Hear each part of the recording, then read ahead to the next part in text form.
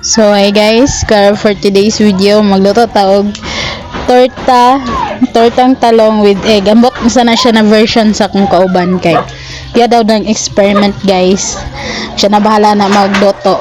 So mag-take video ako karon. So naka-ready na da ng kala na gabok. Init pa kana. So tara. So si guys, siya na igaluto. Kaya siya may nakabaloan sana pagluto. So siya bahala magluto. So videographer lang ko karon. So murag kay init na kay gid ang mantika, gilunod na niya guys. So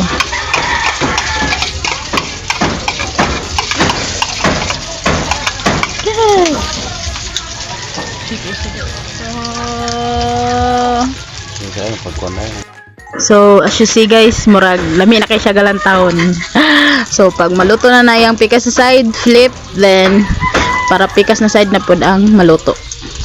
So busy kay sila ilaha guys, tas napananggamay tao nga namunjut og kahoy ambon. Ngala na siya. So videographer gid ko karon.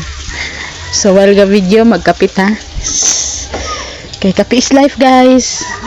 Cheers.